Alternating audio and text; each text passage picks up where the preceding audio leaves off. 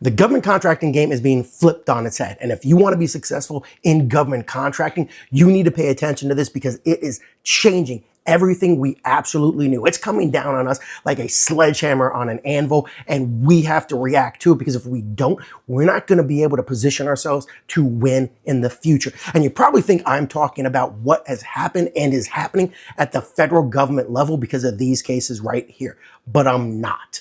These cases are just an example of things that have percolated down to the state and then the local level. And Texas is a great example of this because right now they have paused both new applications and renewals into their historically underutilized business program, what is readily called their hub program.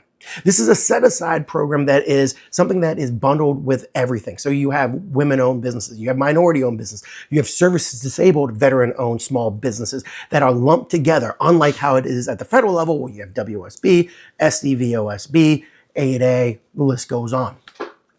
What this actually means is that the government contracting game is changing. And Texas is just a bellwether because every state needs to be able to pay attention to what the Supreme Court has ruled. And also, by the way, what the Trump administration has put forward as its prerogatives for what it will not use federal funds on. That's a very big, important type item to think about. So what does this actually mean to small businesses, not just in Texas, but across the nation? Well, first and foremost, your business development and your teaming has to change.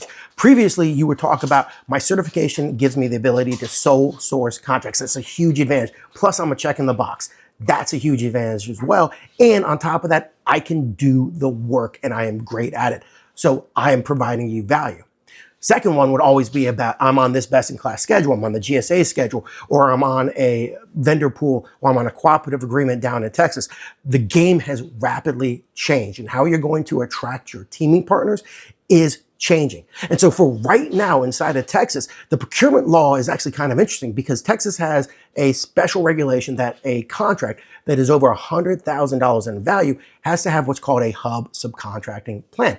That's the law. However, what has come out is that the agencies inside the state are not supposed to use race, gender, anything like that to be able to be part of their procurement solicitation process, which means how do you have a hub subcontracting plan when you need to reach out? We've talked about this in a previous video about 15 steps you can take to make sure you are putting yourself forward and making sure that you are compliant with what is being requested, but it is something that you need to pay attention to because the game is rapidly changing.